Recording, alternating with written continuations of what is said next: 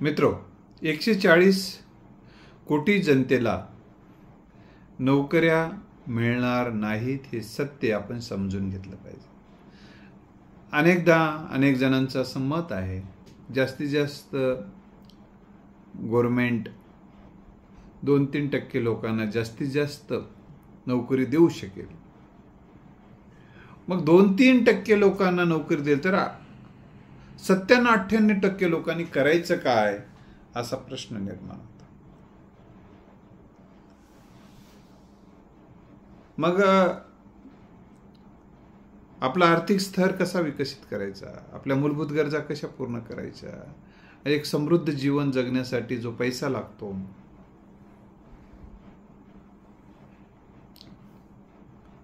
साधन सामुग्री लागते, दैनंदिन गरजा आहे, शिक्षण आहे, प्रशिक्षण आहे, आरोग्य आहे, अशा वेगवेगळ्या बाबींसाठी लागणारा पैसा उभा कसा करायचा, हा प्रश्न अनेकांना भेडसावत आहे. बेरोजगारी अतिशय वाढलेली आहे. यामुळे युवक उदास, निराश आहेत. अनेकांचे लग्न होत नाहीत. अनेकांना आर्थिक दारिद्र्यामध्ये खितपत पडावं लागत आहे पिढ्यानपिढ्या. असं का घडते? पिढ्यानपिढ्या माणसं आर्थिक दारिद्र्यातच का राहतात? मुठभर माणसं श्रीमंत का होतात? यामागं काय पैशाचं मानसशास्त्र आहे? आर्थिक विकासाचे कोणते सूत्र आहेत की ज्या सूत्रापासून सामान्य माणूस दूर राहतो? आणि जे सामान्य होते पण ते सुद्धा आर्थिकदृष्ट्या श्रीमंत का झाले? गरिबीतून श्रीमंत होता येते का? तर यस, होय. हे देखील या ग्रंथात तुम्हाला वाचायला मिळेल. तर उद्योग, व्यवसाय, व्यापार, गुंतवणूक अशा विविध क्षेत्रामध्ये यशस्वी होऊ इच्छिणाऱ्या बंधू भगिनींना समृद्धीच्या वाटा हा ग्रंथ नव्या रूपात लवकरच आपल्या सेवेत येणार आहे. तर मित्र, या ग्रंथामध्ये अतिशय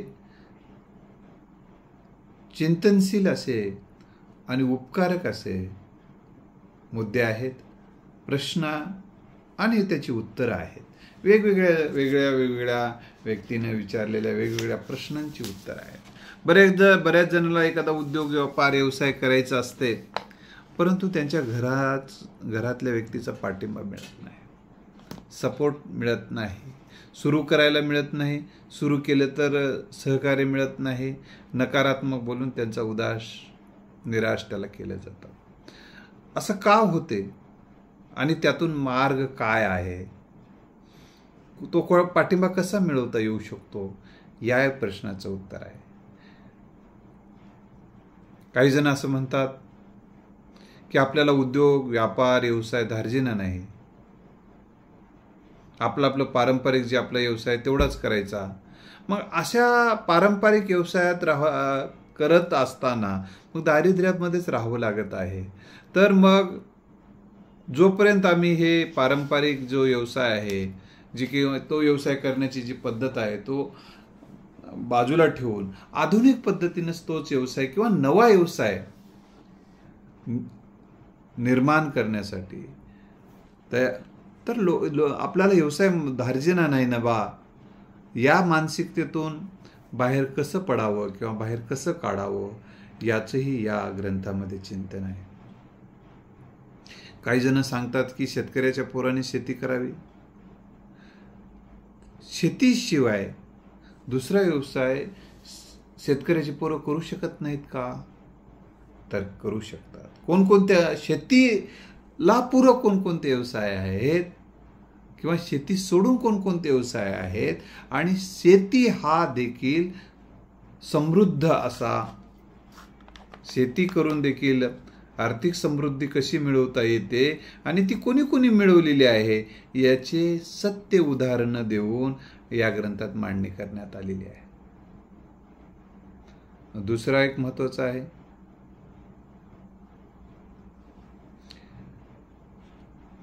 काही जणांचं असं मत आहे, बाई माणसांनी उद्योग, व्यवसाय, व्यापार त्यांना जमत नाही. बाई माणसांना उद्योग जमत नाही, त्यांनी या भानगडीत पडू नये असं काही जणांनी काही जणांचं मत आहे. खरं तर हे कसं मत चुकीचं आहे. किती व्यापार, उद्योग, व्यवसायामध्ये महिलांनी कशी समृद्धी प्राप्त केलेली आहे आणि कुणी ती प्राप्त केलेली आहे याचे काही उदाहरणं देऊन या ग्रंथामध्ये तुम्हाला स्त्रियांना सुद्धा आर्थिक क्षेत्रामध्ये समृद्ध होता येते हे या ग्रंथामध्ये मी मांडणी केलेली आहे आणि याची वास्तव उदाहरणं दिले, काल्पनिक नाही. काही जणाला म्हणणं आहे की मी नोकरी सोडून स्वतःचा व्यवसाय, उद्योग, व्यापार करून मी श्रीमंत होऊ शकतो का? तर होय, अनेकांनी तशी श्रीमंती मिळवलेली आहे. केवळ 50,000 दर महिन्याला येतात आणि त्याच्यातून तू आर्थिकदृष्ट्या श्रीमंत होऊ शकणार नाही. कोट्याधीशांच्या यादीमध्ये सरकारी नोकर नाही आहेत. असतील तर ते अपवादन आहेत. तर सरकारी नोकरीतला पगारावर कोट्याधीश बनता येत नाही, अपवाद एखादे असतील तर हे वास्तव. जर तुम्हाला कोट्याधीश बनायचं आहे, लक्षाधीश बनायचं असेल तर तुम्हाला कोणकोणते व्यवसाय करून कोट्याधीश बनता येऊ शकते, ज्याची इच्छा असेल त्यांच्यासाठी. ज्यांना जो काही व्यवसाय करतात, एखादा प्राध्यापक आहे, शिक्षक आहे, त्यांना शिकवण्यातच आवड आहे, त्यांना पैसे हा महत्त्वाचा मुद्दा नाही आहे, अशासाठी सोडा. पण खरंच ज्यांना पैसा लागत असेल, पैसा श्रीमंत होणे हेच त्यांचं जर ध्येय असेल तर नोकरी हे त्यांना कोट्याधीश बनू शकणार नाही हे वास्तव सांगून या ठिकाणी नोकरी सोडून कोणते व्यवसाय करून कोण श्रीमंत झालं आणि हे तुम्ही पण होऊ शकता हे या निमित्तानं सांगण्यात आलेलं आहे. काही जण व्यवसाय सुरू करून विचार करतात, पण व्यवसाय सुरू करण्याअगोदर, उद्योग सुरू करण्याअगोदर, व्यापार सुरू करण्याअगोदर कोणती पूर्वतयारी केली पाहिजे, कशाचा अभ्यास केला पाहिजे, कोणतं प्रशिक्षण घेतलं पाहिजे, कोणतं ज्ञान घेतलं पाहिजे, या संदर्भात देखील या ग्रंथात माहिती आहे.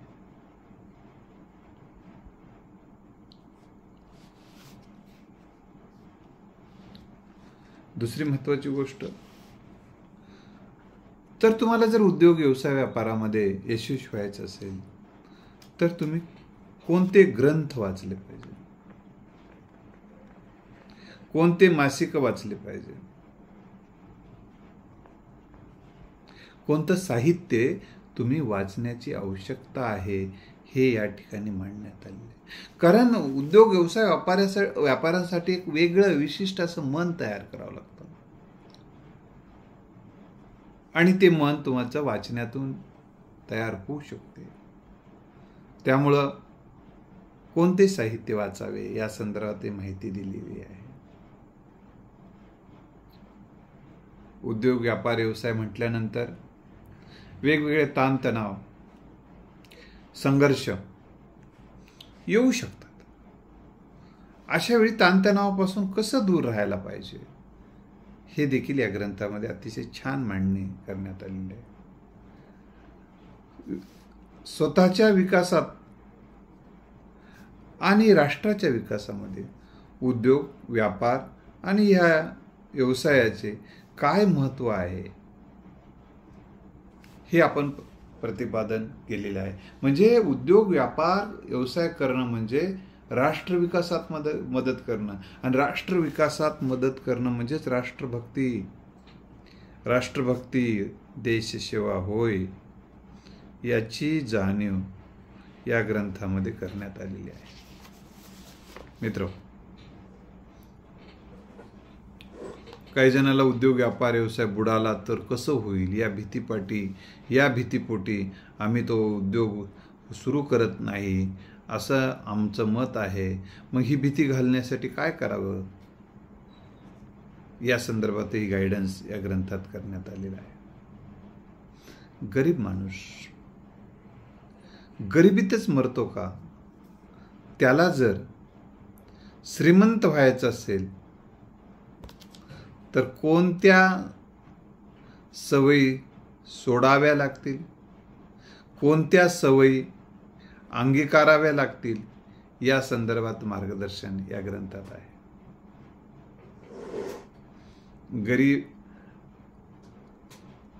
गरिबी दूर करण्यासाठी संधी मिळावी लागते का संधी स्वतःच तयारी करावी लागते, याही अनुषंगानं मार्गदर्शन करण्यात आलेलं आहे. एका जणांचा प्रश्न असा आहे की मला राजकारणाचं फार वेड आहे. मग राजकारणाचं हे वेड असताना मग मी उद्योग व्यापार व्यवसायामध्ये कशाला पडू?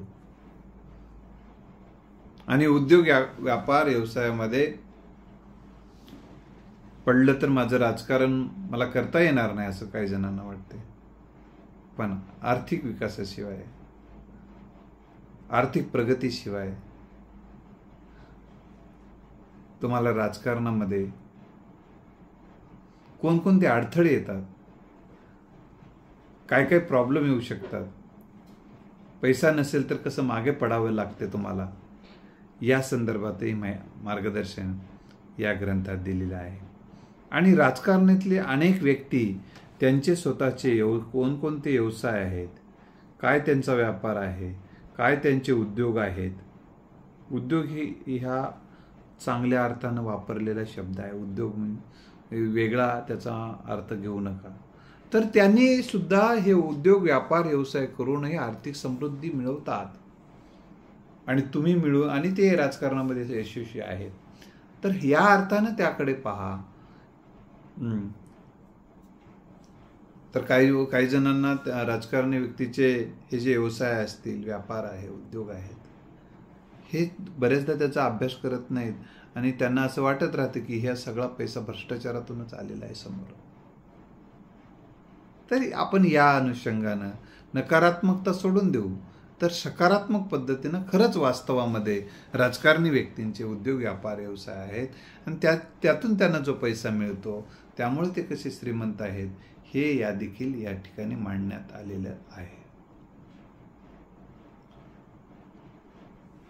त्याचबरोबर आता एक महत्त्वाचा विषय असा आहे की शेती फायदेशीर होत नाही, शेती फायद्यात नाही, शेती तोट्यात आहे.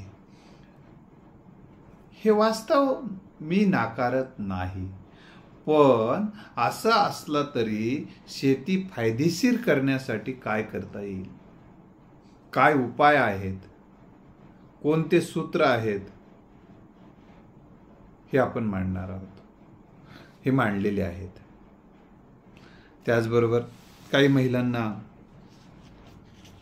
घर सांभाळावं लागतं, त्यामुळे कुठल्याही बाकी घर सोडून उद्योग व्यापार व्यवसायात बाहेर पडता येत नाही. तर घरी बसल्या बसल्या कोणकोणते उद्योग व्यवसाय करता येऊ शकतात, घरी राहूनच कोणता व्यापार करता येऊ शकतो घरी बसून, ऑनलाईनचा वापर करून, ऑफलाईन आणि ऑनलाईन पद्धतीने पण घरातच. या संदर्भात देखील अतिशय महत्त्वाचे मुद्दे या ग्रंथात मांडण्यात आलेले आहे. तर मित्र, उद्योजक, व्यापारी असेल, व्यावसायिक असेल, त्याची दिनचर्या कशी असायला पाहिजे, आदर्श दिनचर्या काय आहे. यशस्वी होण्यासाठी भांडणापासून दूर राहणं आवश्यक असते. आणि मग भांडण टाळण्यासाठी उद्योग व्यापार व्यावसायिकांनी काय करणं गरजेचं आहे या संदर्भातही या ग्रंथामध्ये मार्गदर्शन करण्यात आलेलं आहे. विक्री कौशल्ये विकसित करण्यासाठी काय करावं लागते आणि कुणी विक्री कौशल्य वाढवण्यासाठी कसा प्रयत्न केला, त्यांच्या विक्री कौशल्याचे काही उदाहरणं देऊन या ग्रंथात मांडणी करण्यात आलेली आहे. मित्र, या आणि अशा अनेक प्रश्नांचे उत्तर देत असताना मानवी जीवनामध्ये आर्थिक संपत्तीचं, आर्थिक समृद्धीचं, धनाचं काय महत्त्व आहे आणि ते पैसे नसतील तर, धन नसेल तर कोणकोणत्या क्षेत्रामध्ये आपण मागे पडतो, आपल्याला काय काय सहन करावं लागतं, या संदर्भातही या ठिकाणी मार्गदर्शन करण्यात आलेलं आहे.